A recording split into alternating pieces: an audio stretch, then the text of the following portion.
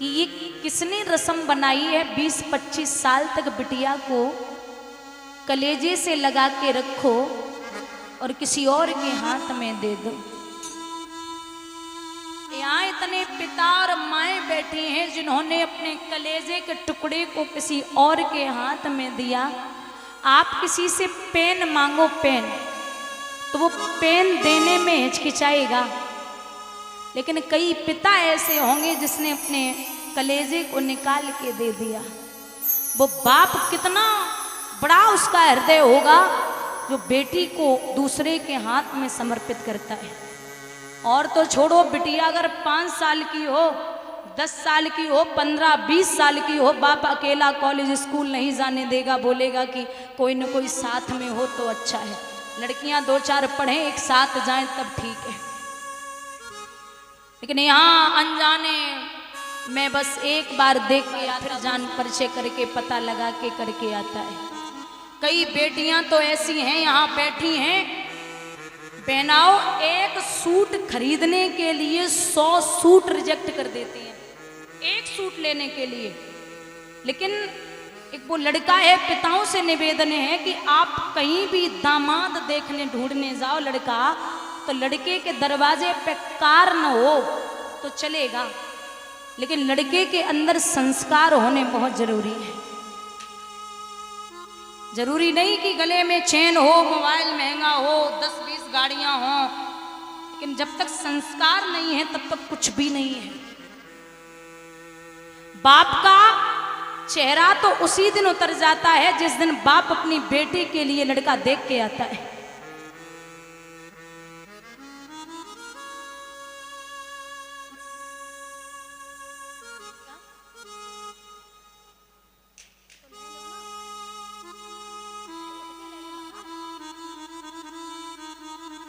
जवाब दिया कि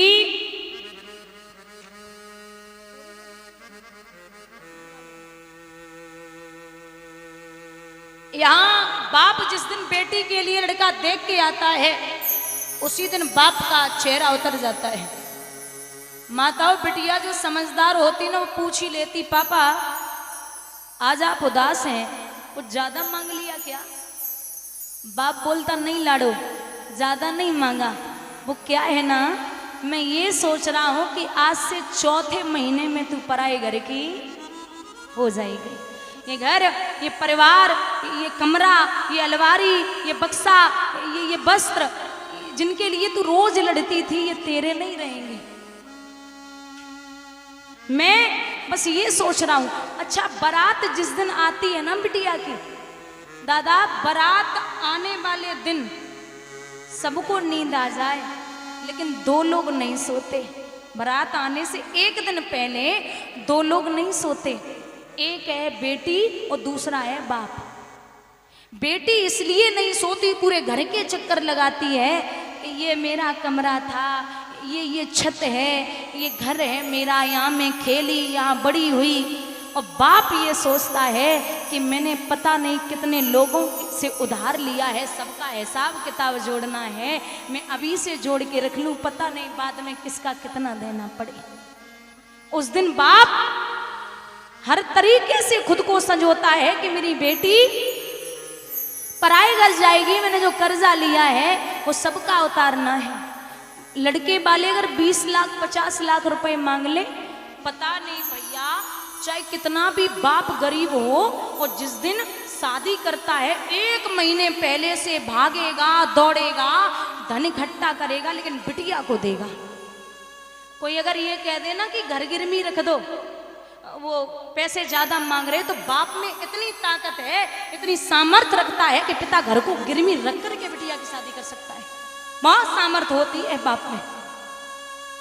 और पिता, ये समझ लो कि जिस दिन बिटिया पैदा होती है तो लक्ष्मी संस्कार और भाग्य लेके आती है। जैसे जैसे बिटिया बड़ी होगी बाप की चिंता बढ़ेगी, और जैसे जैसे बड़ी होती रहेगी लक्ष्मी बढ़ती रहेगी। जब पैसा इकट्ठा करेगा शादी के लिए तब तो 1 महीने पहले से दौड़ेगा, और जैसे ही बिटिया की विदा हुई वैसे ही कोने में गिर पड़ता, भैया 2 दिन बाद सबका हिसाब कर दूंगा, क्योंकि लक्ष्मी गई वो तो गई, मेरे हाथों और पैरों को तोड़ के चली गई।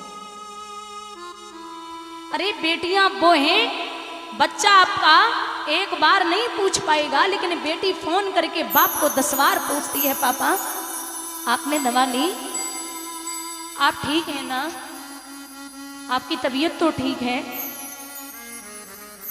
ये बेटियां हैं। और मैं निवेदन करूंगी कि चाचा ताऊ पापा में अगर लड़ाई हो जाए तो जो अनमैरिड बैठी हैं उनको बीच में बोलने की जरूरत नहीं बहनों को, क्योंकि ये भाई भाई हैं, आपस में लड़ेंगे मिलेंगे, लेकिन आप पराए घर की हो, आप 30 त्योहार आओगी तो सबके यहाँ जाना है आपको लड़ाई करने की जरूरत नहीं है। अरे कई पिता, मैंने उस दिन भी बताया था, कई बाप ऐसे हैं जो बिटिया को खूब सजाएंगे, खूब मेरी रानी बन के रहे, मेरी लक्ष्मी बन के रहे, तो जयमाला डालने के लिए पहुंच जाए, लेकिन बाप के कपड़े देख लेना, वो कपड़े बदलना ही भूल जाता है, बस बेटी खुश रहे। और एक बात और बताऊं, बिटिया की विदाई पे सब रोते सब, लेकिन एक ऐसा व्यक्ति रोता जिसे नहीं रोना चाहिए, और वो है बेटी का भाई। जब तक कुंवारी रहेगी रोज लड़ेगा, रोज पीटेगा, मेरे लिए खाना बना, कपड़े धुल दे, प्रेस कर दे, लेकिन जब विदा होती है ना तो सबसे ज्यादा रोता है,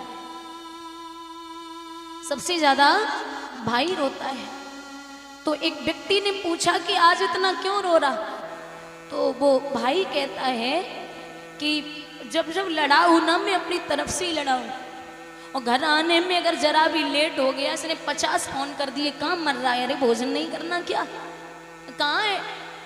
और अगर बाप ने कहीं गलती ढूंढ ली कि आज डांटना है बेटे को, तो बहन चुपचाप फोन करती, भैया घर मत आना, आज पिताजी बड़े गुस्से में है, 2 घंटे बाद आना जब गुस्सा शांत हो जाए।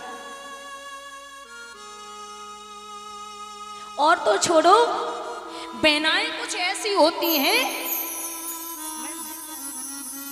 बहनाएं कुछ ऐसी होती हैं जो अगर शादी के बाद भैया को जरूरत पड़ जाए तो महाराज अगर ससुराल वाले पैसे न दें तो चुपचाप अपना जो गोल्ड, अपना सोना रखती है ना पास में, वो भैया से बोलेगी ले जा बीरन, तू रख लेना, और जब तेरा काम चल जाए ना तो तू मुझे वापस दे देना, कर्जा नहीं लेना।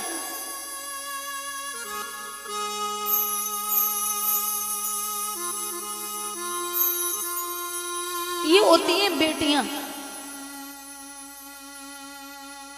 एक गरीब की लड़की जब विदा करके गई तो बाप गरीब था, लेने नहीं पहुंच पाया, रोज ताना देते ससुराल वाले, तो एक बिटिया को मौका लग गया, एक चिट्ठी लिखने लगी, पापा बहुत दिन हो गए, बड़ी याद आ रही, आपने तो शादी करके याद ही नहीं किया,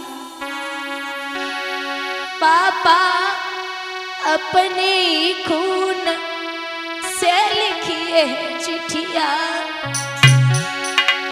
बबुला अपने खून से लिखिए चिट्ठिया, पापा मायके को तरसे तुम्हारी बुढ़िया, बबुला मायके को तरसे तुम्हारी बिटिया।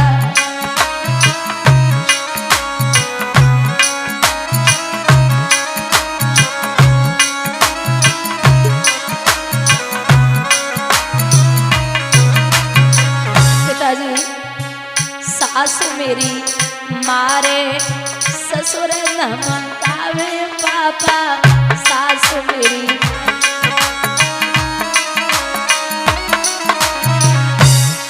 पापा ननद दिखावे तेल की कटिया,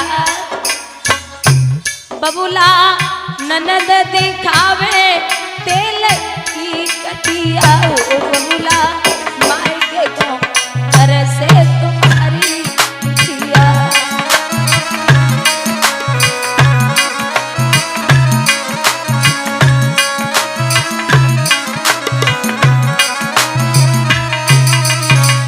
पिताजी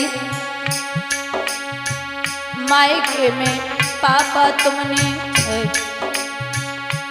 कब कब डांटी,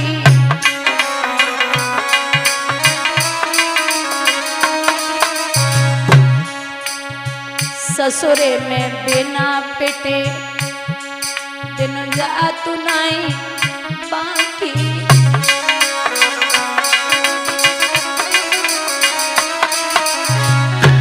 पापा थोड़े ही दिन न किए बिटिया, बबुला थोड़े ही दिन न किए बिटिया। ओ पापा मायके को तरसे तुम्हारी बिटिया।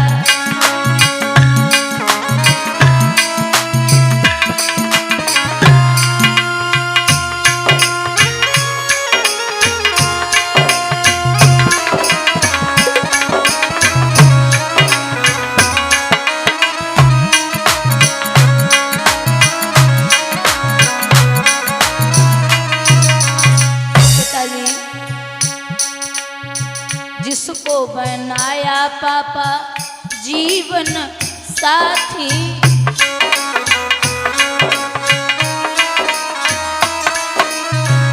कोई कहता है लगा ले तू फांसी।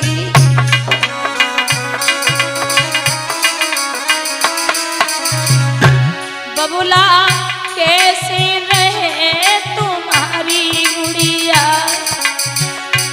पापा कैसे रहे तुम्हारी बिटिया। ओ बबुला मायके को तरसे तुम्हारी बिटिया।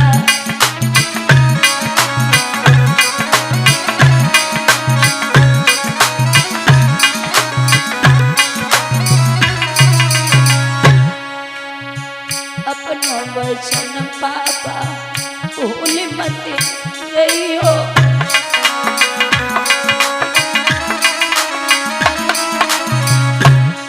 लिखती है लाडो बाबुल अपनो वचन बबुला भूल मत जइयो। जल्दी से जल्दी लिवाए ले जइयो।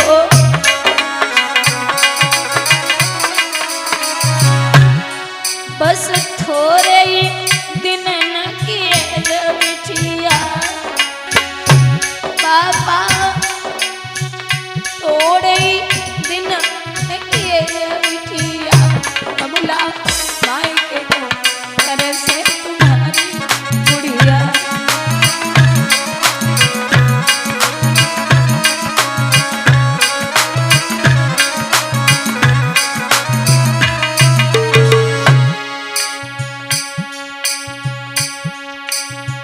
पापा तुमने सिखाया, पापा तुमने सिखाया, जो तुमसे पाया पिया घर ले चली।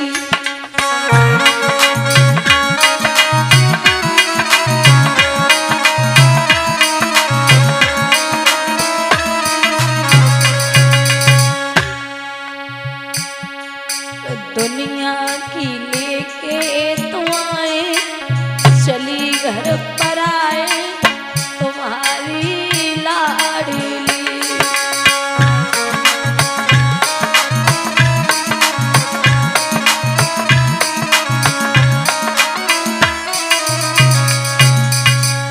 महाराज राजा जनक ने बुजुर्गों ध्यान देना, पगड़ी उतार के राजा दशरथ के चरणन पे रखी। महाराज निभा लेना, ये मेरी बेटी बहुत प्यारी है। आप लड़के वाले हैं और मैं लड़की वाला हूँ। मैं जीवन पर्यंत तक आपका आभारी रहूंगा कि आपने मुझे राम जैसा दामन दिया है। झपट के छाती से लगाओ राजा दशरथ ने और जवाब दियो, क्या कर रहे हो महाराज, आप तो हमसे भी बड़े हैं कि आप अपनी बिटिया को हमें दे रहे, ये बहुत बड़ी बात है। मेरा राम तो भोला है ही। यहाँ से एक बात सीखने को जरूर मिलती है कि आजकल लोग मरे जा रहे हैं कि पैसा, जितना पैसा हो मैं उसी घर में बिटिया करूंगा, जितना धन हो मैं उसी घर में बेटी करूंगा। ये समझिए, अगर राजा जनक ये जानते कि मेरी बिटिया त्रिलोकी नाथ के यहाँ जा रही है और फिर भी वनवास होगा, तो कोई भी बाप अपनी बेटी को करता? कोई नहीं कर सकता। ये जब भाग्य और किस्मत संग ना दे, साथ न दे, तो कुछ भी कोई नहीं कर सकता। बड़े बड़े रंक राजा बन गए, कुछ लोग अपनी बेटियां गरीब घर में करके आते, वो आज राजा बने बैठे हैं। और जो बहुत बड़े राजा थे आज वो दर दर की ठोकर खा रहे हैं। राजा जनक ने बहुत समझाया कि मेरी बेटी को अच्छे से रखना, विदा किया। सुने ना मैया बेटी को समझा रही, लाडो जाओ, लेकिन पिता के नाम को मिट्टी में न मिलने देना। आए चारों पुत्र वधुओं को लेकर के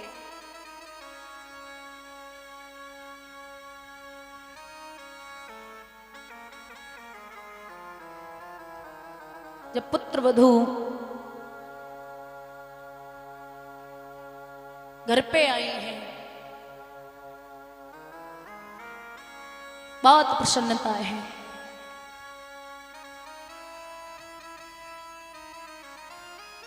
समय बीत रहा है, प्रसन्न है राजा दशरथ। लेकिन एक दिन राजा दशरथ ने दर्पण में अपना मुख देखा, तो क्या देखा कि कान के पास बाल सफेद हो गया। अच्छा, पहले के राजा महाराजा गण थे तो वो ऐसे थे कि अगर जरा भी लगे कि बुढ़ापा आ रहा तो बड़े पुत्र को राजगद्दी दे देते थे।